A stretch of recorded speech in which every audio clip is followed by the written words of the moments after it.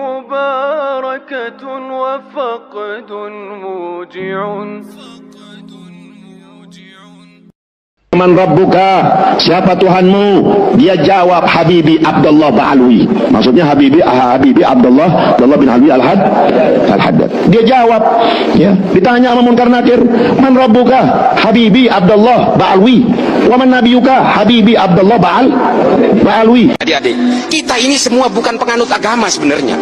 Kita ini adalah penganut tafsir-tafsir agama. Maka kita kemudian semua berbeda-beda. Sesama agama Islam pun tafsirnya berbeda-beda. Makanya kita ini adalah penganut tafsir-tafsir agama. Kalau kalian tanya saya, Islam ini agamanya apa? Islam. Ada pertanyaan lanjutan, NU apa Muhammadiyah? Sunni apa Syiah? Belum bicara manhaj, belum bicara ijtihad, belum bicara mazhab. Syafi'ikah, Malikikah, Hanafikah, Hambalikah? Ini tafsir-tafsir semua. Sesama Islam, sesama Syafi'i, sesama NU pun masih ada yang satu pengusung khilafah, yang satu bukan. Ini tafsir lagi. Ini loh. Makanya kemudian kita itu, saya sering sekali saya berbicara di media ini, janganlah kemudian kalian mengklaim kebenaran-kebenaran itu. Karena Allah itu betul-betul menekankan dengan cetak tebal dalam Al-Quran itu, bahwa saya menciptakan manusia ini dalam segala perbedaannya, baik bersuku-suku, berbangsa-bangsa, dengan tafsir-tafsir. Saudaraku yang dirahmati Allah, sebelum kita lanjutkan pada informasi berikut ini, kita minta dukungan Anda agar semuanya bersedia untuk mendukung channel Newsline Official ini dengan cara menekan subscribe, like, dan tanda lonceng bagi yang belum. Terima kasih atas semua bantuan dan dukungannya. Semoga semuanya baik-baik saja, dimudahkan semua urusan, ditambah dan diluaskan rezekinya, diberikan kesehatan lahir dan batin, diberikan keselamatan baik di dunia maupun di akhirat. Amin, amin, ya robbal alamin. Kita lanjutkan informasinya berikut ini. Untuk jaminan masuk surga, selama nasabnya itu benar, maka insya Allah dia tidak akan meninggal kecuali husnul khatimah. Semaksiat apapun, sesesat apapun, sesesat apapun, maka insya Allah tidak akan meninggal kecuali husnul khatimah.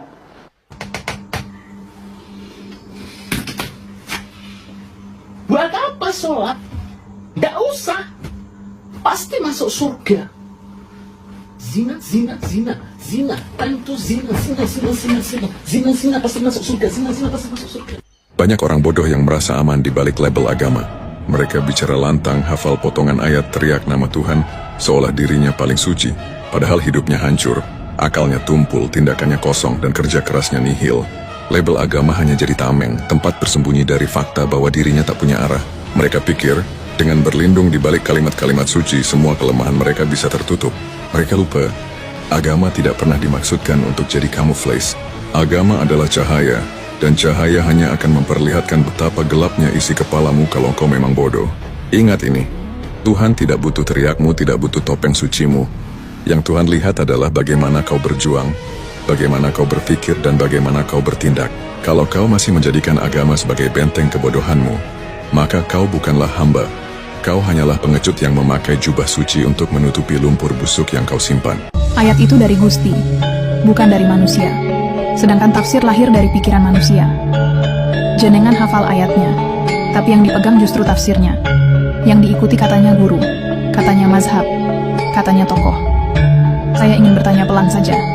Yang jenengan sembah itu Gusti, atau manusia yang menafsirkan Gusti? Leluhur Jawa mengingatkan, ilmu tanpa laku hanya akan jadi beban. Ayat tanpa pengakuan hanya akan jadi bunyi. Jangan cuma hafal, tapi tidak berani mengakui ayatnya dalam hidup. Karena Gusti tidak menilai lidah. Gusti melihat sikap. Eling lan waspada. Ayat itu hidup kalau dijalani, bukan kalau cuma dihafali. Ingin mengupas mengenai beragama tetapi tidak bertuhan gitu dulur.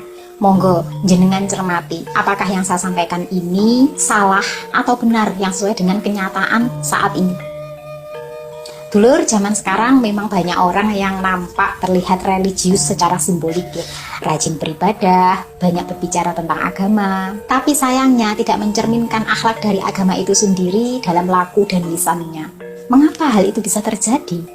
Ada beberapa pernyataan ini yang relevan dengan kehidupan kita sehari-hari, yang kita lihat langsung dan banyak di sekitar kita mungkin ya. Mengapa terjadi? Karena agama dijadikan identitas, bukan jalan hidup. Banyak orang yang menjadikan agama itu sebagai label sosial, bukan cerminan dari perilaku. Mereka ingin dilihat sebagai orang yang suci, tetapi tidak sungguh-sungguh membersihkan hati. Mereka menyembah Tuhan dalam ritual, tetapi hatinya masih menyembah ego, gengsi, dan amarah. Kemudian hal ini terjadi juga karena ilmu agama tanpa jiwa. Mereka hafal ayat, tahu hukum, tapi tidak memahami jiwa dari ajaran itu sendiri. Seperti kasih, sabar, jujur, rendah hati. Ilmunya sebatas lisan, tidak menyentuh batin. Lalu, ego yang diselimuti oleh jubah kesalehan. Dulur, kadang orang menjadikan agama sebagai alat untuk menghakimi, bukan untuk perbaikan diri. Mereka yang merasa paling benar, lalu menyakiti dengan kata-kata tajam. Ini bukan kesalehan, dulur, tapi ego yang bersembunyi di balik dalil. Dan ini yang paling banyak terjadi. Takut dosa ritual tetapi tidak takut dengan dosa sosial. Apa itu? Mereka takut meninggalkan ritual ibadah tetapi tidak takut menyakiti hati sesama. Padahal menyakiti hati orang lain itu lebih berat dan lama ya bekasnya daripada sekedar lupa melaksanakan ritual. Padahal kalau dosa kepada Tuhan itu mohon ampunnya langsung nggih. Langsung bertobat, minta ampun pada Tuhan, urusannya hanya kita dengan Tuhan. Tetapi berbeda kalau dosa sosial, di mana Tuhan tidak ikut campur dalam urusan itu. Yang mana ketika kita minta ampun pun pada Tuhan, kalau orang yang kita sakiti masih sakit hati dan kita tidak meminta maaf, selama lukanya masih membekas, maka itu akan tetap menjadi dosa yang berjalan, yang mana Tuhan tidak ikut campur dalam urusan sesama manusia, selama tidak ada keridhaan dari orang yang tersakiti. Andalannya orang yang merasa paling benar itu gini dulur, yang penting beribadah, taat pada Tuhan, aku menyakiti orang lain tidak masalah, karena pasti diampuni, karena ini bukan dosa besar. Yang dosa besar itu kalau menduakan Tuhan, yang selalu dihafal itu. Padahal tumpukan dosa besar itu berasal dari dosa yang kecil terkumpul menjadi bukit dan membunuh. Hal itu yang jarang difikirkan banyak orang. Beda keyakinan, beda agama, beda ajaran, saling menyerang. Sebenarnya yang disembah ini Tuhan apa agamanya? Dikit-dikit dikatain sesat, beda pendapat langsung dibilang sesat, terus dikafirkan seolah itu hina banget selain dirinya dan kelompoknya. Nggak mau mengerti keadaan orang lain, maunya hanya dimengerti, pokoknya harus gini, harus sesuai denganku. Coba dulu renungkan, ini yang disembah agamanya apa Tuhannya? Kalau bukan mencerminkan ajaran Tuhan, ini saya tidak berbicara pada satu ya, tetapi universal. Lalu siapa yang disembah? Mereka menyembah diri mereka sendiri. Ego, gengsi, kelompok, ataupun nafsu yang merasa paling benar. Tuhan hanyalah stempel untuk membenarkan hawa nafsu mereka. Dalam spiritualitas sejati dulur, Tuhan itu tidak bisa dipakai untuk memaki, menyakiti, ataupun merendahkan orang lain. Jika seseorang rajin mulutnya menyebut nama Tuhan, tetapi lisan dan perilakunya ini merusak, maka Tuhan itu tidak hadir di sana. Ini hanyalah topeng yang dikenakan manusia. Jika panjenengan pernah sakit hati atau disakiti oleh orang semacam ini, ingat dulur, Tuhan sejati tidak sama seperti mereka. Yang menyakitimu adalah manusia yang memakai nama Tuhan tetapi tidak menghadirkannya dalam laku mereka. Mungkin dulur ada di antara panjenengan yang menanyakan, beragama tetapi tidak bertuhan, itu yang seperti apa? Dulur, beragama itu mengikuti aturan-aturan dan ritual ibadah. Contohnya, mungkin berpenampilan religius, hafal atau pandai membaca kitab suci, atau dan lain-lain sebagainya yang berkaitan dengan ritual keagamaan. Tetapi yang namanya bertuhan itu menjalani nilai ketuhanan. Yang seperti apa? Menebar kasih, kejujuran, kebaikan, dan rendah hati, tak menyakiti, tak merasa paling suci, tak suka menghakimi. Batinnya selalu tersambung pada kesadaran bahwa Tuhan Maha melihat. Contohnya orang yang beragama tapi tak bertuhan itu dulur nggih, rajin beribadah tetapi suka menindas, gemar sekali mengoreksi kesalahan orang lain, tapi tak suka mengoreksi hatinya sendiri, tak mau mengoreksi hatinya sendiri. Hafal ayat-ayat suci, tapi lisannya itu tajam, membunuh perasaan orang lain. Pada intinya agamanya sibuk ditunjukkan, tapi Tuhannya tidak dirasakan. Analoginya begini dulur, bayangkan setiap hari masuk ke rumah ibadah, tetapi keluar dari sana langsung memaki orang lain. Ia seperti datang ke istana raja, tetapi tak mengindahkan titahnya. Dia tahu tata cara, tetapi tidak menyerap ruh ajarannya. Dalam spiritualitas dulur, mengenal Tuhan itu bukan tentang melihat wujudnya secara fisik, tapi mengalami kehadirannya dalam sunyi, dalam cinta, dalam alam, dan dalam hati yang bersih. Dalam pemahaman spiritual dulur, Tuhan sebagai energi kehadiran. Tuhan bukan dilihat sebagai sosok di langit, melainkan sebagai energi ilahi yang menyelimuti dan meresapi segala hal. Tuhan bukan ada di luar, tetapi mengada di dalam segalanya. Lalu Tuhan sebagai kesadaran murni. Maksudnya Tuhan sebagai kesadaran tertinggi yang menjadi dasar dari segala keberadaan. Setiap makhluk hidup adalah bagian dari kesadaran ini. Maka semakin seseorang sadar, maka semakin dekat dengan Tuhan. Lalu Tuhan sebagai cermin diri yang suci. Maksudnya begini dulur, Tuhan adalah refleksi dari jati diri terdalam manusia. Bila hati bersih dan batin hening, maka seseorang bisa melihat Tuhan melalui cermin jiwanya sendiri. Nah, dalam istilah Jawa sering disebut sangkan paraning dumadi. Maksudnya, dari mana kita berasal dan kemana kita akan kembali. Kemudian, Tuhan sebagai rasa. Dulur, Tuhan bisa dirasakan sebagai rasa sejati. Bukan dengan logika, tapi dengan rasa batin yang hening, dalam, dan jujur. Maka saat seseorang benar-benar diam dan berserah, maka rasa itu muncul, damai, hangat, dan membungkus seluruh jiwa. Ini sebagai bahan renungan diri gitu lur. Yang Tuhan inginkan bukan suara keras di rumah ibadah, tapi suara hati yang lembut terhadap sesama manusia. Beragama adalah jalan, tapi tanpa hati yang terhubung pada Tuhan, itu hanya langkah tanpa arah. Semoga bisa dipahami dengan bahasa saya yang terbatas ya. Kalau saya pakai bahasa Jawa, pastinya panjenengan juga bingung ya. Makanya saya menggunakan bahasa Indonesia sebisa saya. Mungkin dari sini bisa kita lihat orang yang bijak akan merenung dan orang yang akan tersinggung. Dulur, panjenengan yang mungkin punya pengalaman tersakiti atau disakiti oleh orang yang menggunakan tameng agama, silakan tulis pengalamannya di komentar ini nggih. Dan jika panjenengan bisa memahami keseluruhan dari penyampaian isi video ini, panjenengan akan jadi tahu siapa Tuhan yang panjenengan sembah. Benarkah sesuai dengan ajaran yang panjenengan anut selama ini? Atau hanya sebuah identitas? Agama melarang judi, tapi menawarkan keselamatan lewat sistem tebak-tebakan. Ribuan agama ada dan lu diminta yakin salah satunya pasti benar. Sejarah manusia mencatat lebih dari 4.000 sistem kepercayaan. Mayoritas orang memeluk agama bukan karena analisis, tapi karena lahir di lingkungan tertentu. Ini bukan pilihan bebas, ini probabilitas. Lahir di keluarga A, lu yakin A. Lahir di keluarga B, lu yakin B. Kebenaran ditentukan koordinat lahir. Dalam filsafat, ini disebut moral luck. Nasib etis seseorang ditentukan faktor di luar kendalinya. Tapi dalam agama, orang tetap dihukum seolah semua punya akses yang sama. David Hume sudah mengkritik ini seabad lalu. Keyakinan religius bertahan bukan karena bukti, tapi karena kebiasaan sosial yang diwariskan. Tradisi lebih kuat dari rasio. Psikologi menyebutnya confirmation bias. Otak hanya mengumpulkan cerita yang menguatkan keyakinan awal. Yang pertentangan langsung ditutup. Lucunya, mereka yang beruntung menganggap sistem ini adil.